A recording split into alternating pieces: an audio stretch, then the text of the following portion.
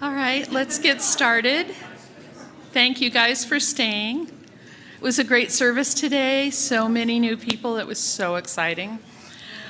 I want to do it's taken me 3 years to figure out how to actually do all of this, so I thought we would actually remember to light the chalice this time. My name is Susan Moon. I'm the president of the board, and I'm up here representing both the Healthy Congregations team and the board, and we'll talk about that in a minute.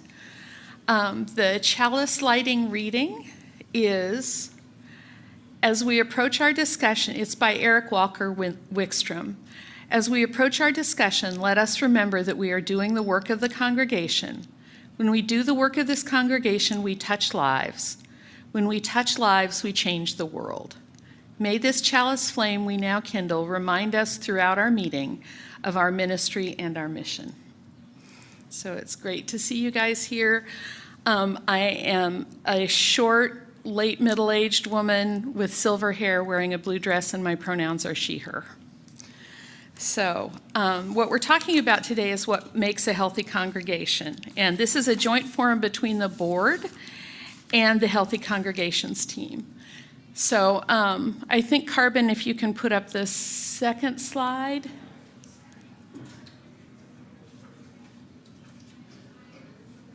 There we go. So you guys, some of you are really tired of hearing about this, but for those of you that are not, we decided at a church retreat, at a board retreat, that we needed something to frame how we made our decisions. The board is responsible for making a lot of umbrella decisions, and we really wanted an aim or something that we could have in our minds to evaluate what we were deciding and not deciding to do. And we came up with this big question, which is, how shall we adapt to being a bigger congregation? We originally started off saying, do we want to be a bigger congregation? And then it happened anyway. So we changed the question, which is a delightful problem to have. And 3 of the seeds that we kind of always keep in mind when we talk about this, which is appropriate for our seeds discussion today. We're influenced by who we have been, who we are now, and where we're going.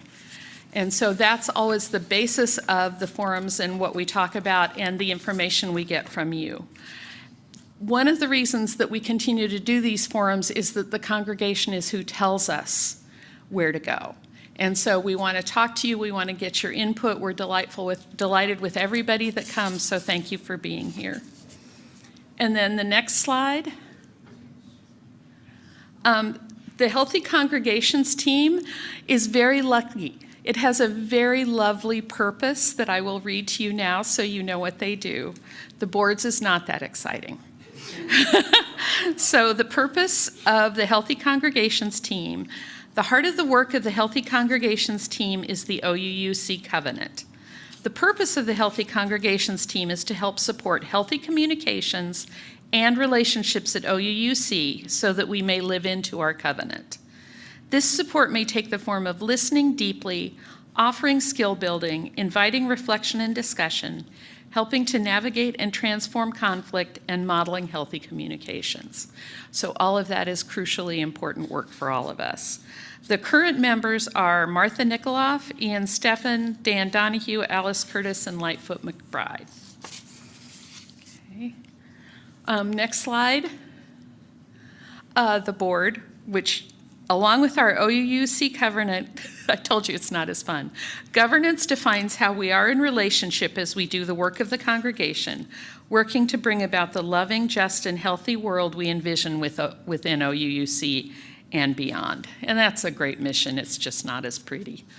And there are 9 board members every year. We do 3 people in 3-year increments.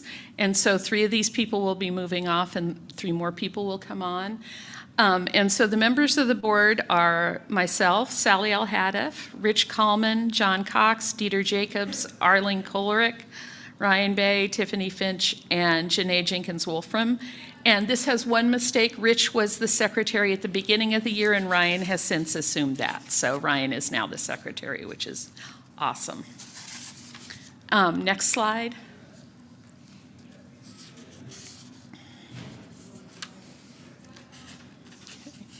And so the vision of ministry, what we did when we came up with this, how do we respond to becoming a larger church? We talked about the 3 kind of beginning parts of it, and there's a graphic. And I like this one. There's a ton of information on the website if you want to look up more information about these individual things. But what is the underpinning of all of this is what our identity is. So who are we, especially in, as we talked about a lot today, the chaos of the world? What do we want to be? Who do we want to be? Community care, again, there's so much going on right now and people are so food insecure and there's so much fear in the world that how we want to care for our community is a huge part. And then we added reconnection because since the pandemic, people have connected differently, and so we need to figure out a new way of being together and supporting each other, so reconnection is a part of it as well. Everybody should have a pencil and some kind of paper or note card. If you don't have one, raise your hand, and Martha will bring it over. The first thing we're going to do, which was suggested by somebody and I thought was a great idea, I'm going to ask you to spend a few minutes in silence thinking about, next slide please, Carbon. What do you, when you think about a healthy congregation, what picture do you get in your mind? And so I'm going to give you a few minutes to kind of write it down, think about it in the silence before we move on. The important thing about this is I'm hoping that you will write down the first thing you think, because that's probably a bias you have from when you were 5. And then maybe think about it a little bit longer and think about what you would actually say now. So I'm going to give you 3 minutes, 4 minutes in silence to just think about what you think about. What do you think about a healthy congregation? What picture do you get?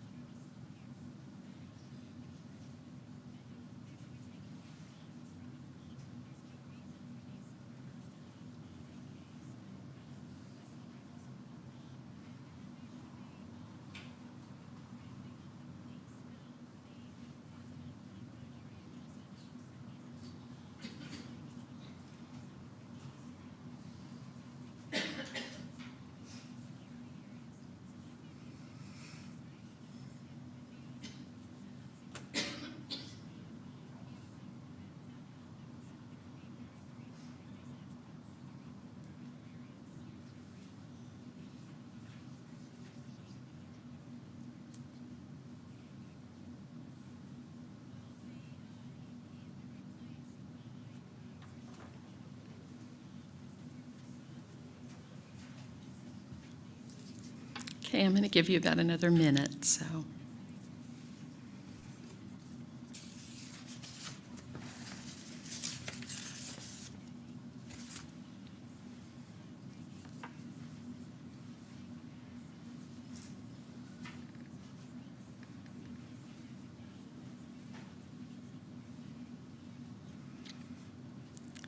Okay, Carvin, can you go to the next slide? This is what came out in my brain when I was thinking about what I think a healthy church is. I grew up in the South, so I associate size with health. Also, New England has these beautiful white churches, white clapboard churches that are gorgeous, and so I think of that too. I think of size, as I said, on the right, and then congregations who look different or look the same. And then because I've done a lot of church work in my life, money is always part of what I think of when I think of a church, because that's just the reality of making sure things are working well. So what we're gonna do from now on is I'm gonna tell you just a really quick series of facts about Unitarian churches, so that, because I think it helps people to know how we kind of fit in with the average Unitarian church. So we're going to talk about that. And then we're going to talk about good ways to handle discussion in a group. And then we're just going to break up and answer some questions and spend the rest of the time in a small group answering these questions, and then come back for a few minutes at the end to wrap up. So this is the and the slides, when we put the slides up on the internet, the sources for this are linked, so you can look it up yourself too. This is from the Unitarian Universalist Association General Assembly, and it's a Define the Moment data presentation. And it was published in 2025, but it's from 2024 data. So there are approximately 1,000 UUA congregations in the US and Canada. 70%, so 700 of those, have less than 150 members. I belong to and have gone a few times to the President's Association just for the Pacific Northwest. There are several churches there that have 8 or 10 people. And then there are a couple churches that are bigger than we are. So we currently, I think as of this morning, have 289 members. 301 as of this morning. Ooh, 301. So it's a lot of people. Unitarian Universalist membership peaked in 2015 at about 150,000 people. It's down about 15%, so it's down by about 22,000 people. I have read and heard a little bit about the fact that the emphasis on Christian nationalism means that a lot of Christian churches are not growing now, and I think Unitarian churches are growing, at least that's what the other presidents say. So even if you only have 8 people, they doubled to 16. So, yes. How do you determine membership? That second line. You gotta repeat the question, Brian. So the question is, how do you determine membership for the second line? And my guess is, being Unitarians, that we all have a different way of determining membership.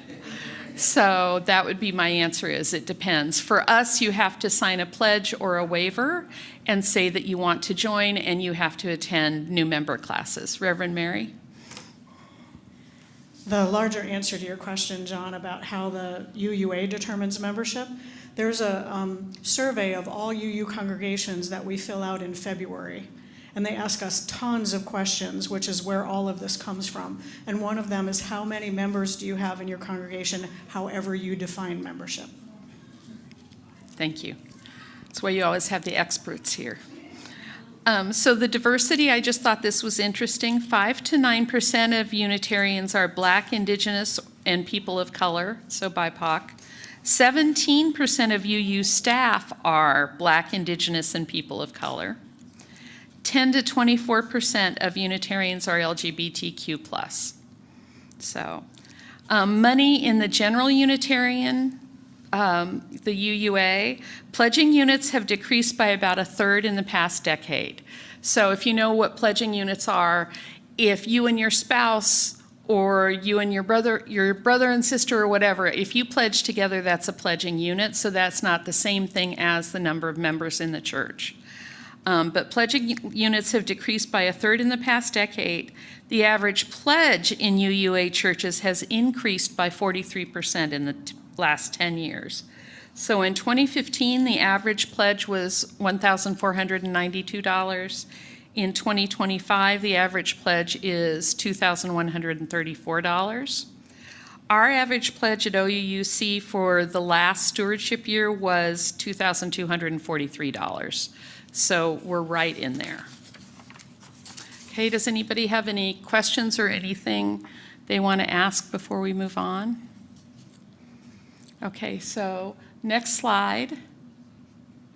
Guidelines for group discussions. We wanted to talk about this so that everybody is clear about what we're aiming for, because you can feel very emotional about something and it can come across as harsher than you intend. So what we're aiming for is respect and empathy. Treat others with care and consideration, honor the diversity of thoughts and feelings, and listen to understand rather than reply.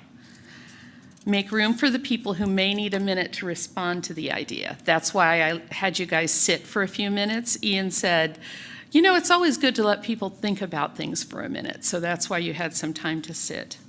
We're aiming for honesty and authenticity. Speak from the heart and be genuine, and try to avoid sarcasm and insults. Confidentiality. Unless someone says it specifically, assume that what you talk about in the group stays in the group. We're obviously going to have a general discussion at the end of what we come up with, but if somebody shares a personal story, assume that's their personal story to keep. Inclusivity, make sure everyone feels included and has a chance to speak, including a chance to just pass or to be asked to come back later. People think at different speeds. And for support, this is very difficult for all of us. Avoid giving unasked for advice, and don't judge one another. So what I would suggest, or that is helpful for me, is if I am getting particularly upset with something somebody else has said, I try to sit and think, what is it about this that is bothering me so much, because it's about me, it's not about what they're saying. So just extend that to other people. What we're going to do is divide up, I think there are about 19 people, and let's divide up into groups of 6. And then I think Martha, Ian, and maybe Janae, are you willing to facilitate? So those 3 facilitators can break up, and then everybody else who's here with the board and healthy congregations, you can help scribe and help facilitate. There are pads there are easels there, and there are markers on this bottom row.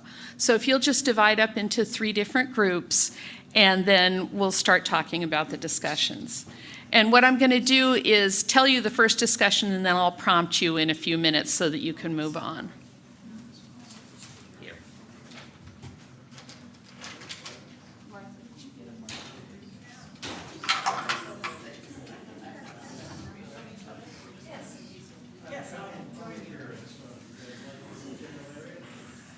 And you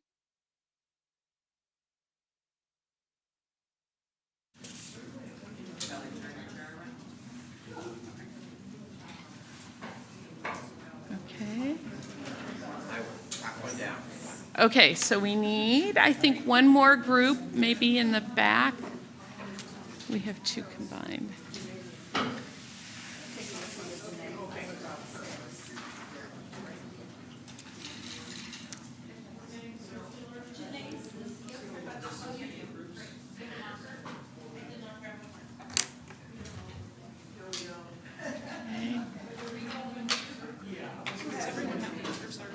I think so.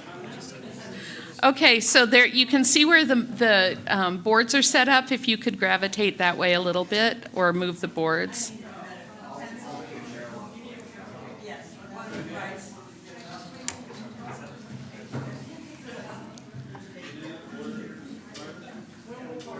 Okay.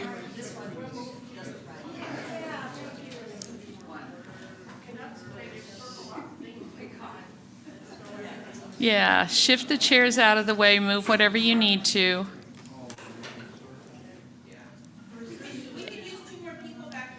And there's room back there. They have a small group. If anybody wants to join a smaller group, feel free to do that.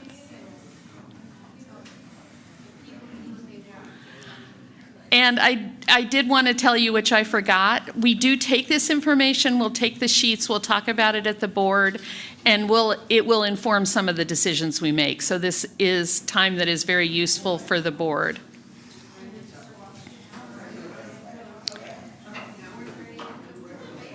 Okay, Carbon, I think you can go. And I hope Rich is online to facilitate the Zoom conversation. So Carbon, if you can shift to the next slide, which is the questions.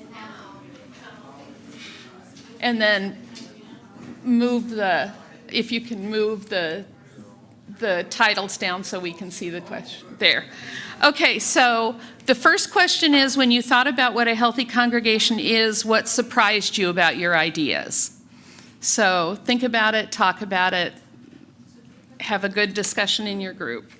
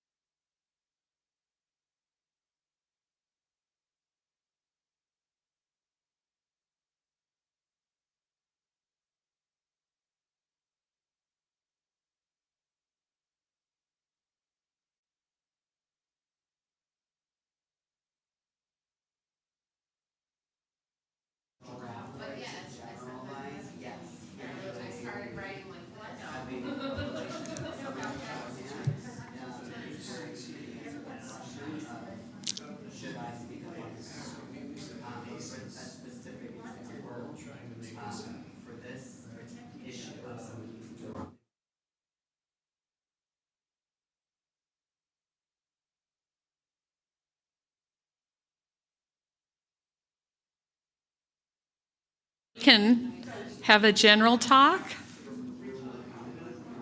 It's awesome to have people that still want to keep talking. I'm very happy.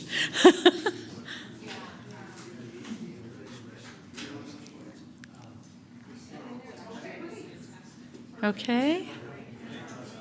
Thank you, guys. Let's come back together and maybe share a little bit, and then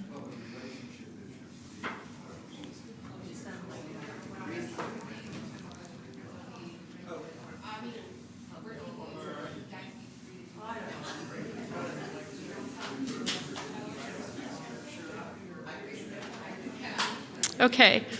So if you guys can pick somebody that could share for your group, and it doesn't have to be everything, just whatever is the most interesting or what came up for the most people, whatever you want to talk about. And remember that we will take these sheets back with us and talk about them as a board and the Healthy Congregations team. So we have 4 groups because we have an online group too. So Martha, will your group go? Okay, everybody's getting back. It's the best thing to sit and watch you guys talk because everybody's so interested and engaged and smiles a lot. So if you ever want to be cheered up, you should just sit and watch a group talk. It makes you really happy. Okay, so I think we're going to have Martha's, this group that was up in front. So share. Okay, John. You have the mic. You have the mic. Hello, hello. Yeah, good.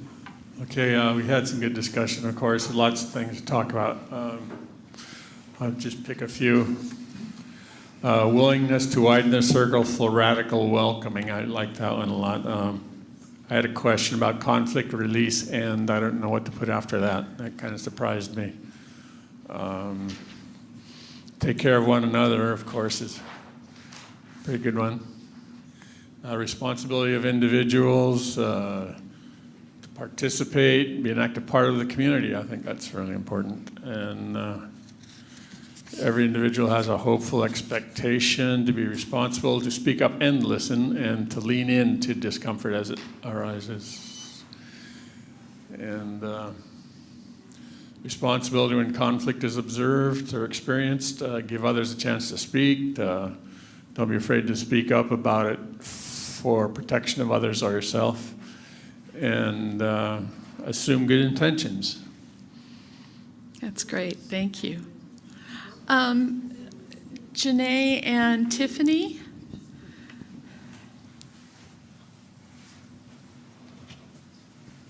Hello, Alex, they, them pronouns. Pleasure to meet you. What responsibilities do we have for a healthy congregation is we need to be holding our own boundaries, because when people come here, we don't know what type of situation that they are coming from, or if they understand healthy conflict or how to engage in healthy conflict. So it's important for us to be holding our own boundaries, but also being open to learning, and conflicts being handled with compassion and care. We spoke a little bit about education and training as part of the membership program, doing healthy conflict management as part of the membership classes, being involved in showing up. If every member gets involved in one additional service, a committee, a program, pick one thing. You don't have to do it all. And then that way you're not washing dishes every week, you're washing dishes once every 8 weeks. Ownership. We don't have to wait to help other people just because we don't work here, just because we're not a member. If you know the answer, feel free to answer the question. And when you witness conflict, to be an active bystander and to engage in the process that we have here. If you witness something, are you writing a witness statement? Are you being engaged in the follow-up meetings that are happening in supporting a person with conflict that you witnessed? Instead of just letting it be a 1v1 or a he said, she said, how to engage in the process that we have here for conflict management. And that we feel comfortable enough, only if you feel comfortable enough to be involved, and that we don't want to be shaming each other into involvement or anything like that. So. Great, thank you. Online, Carbon, I don't know how that really works. Yeah, so. Which is why you're tech and I'm not.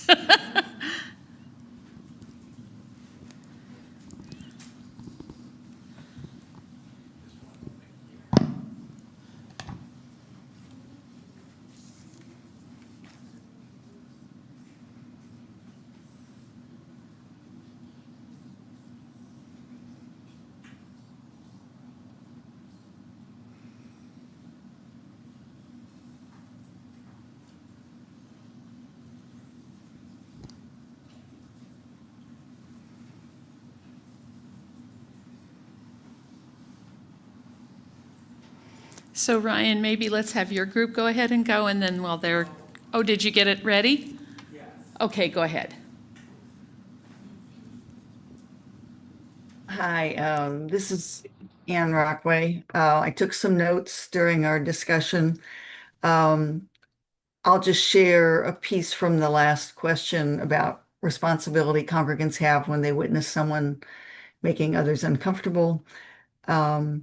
And there was some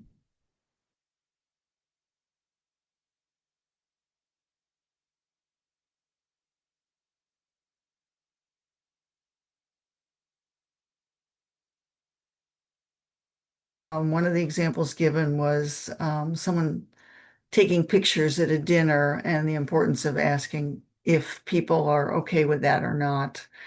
Not just assuming that it's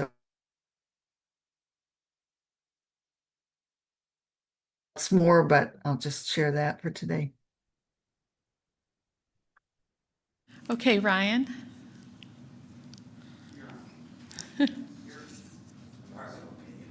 Carbon is there. Thank you, Carbon.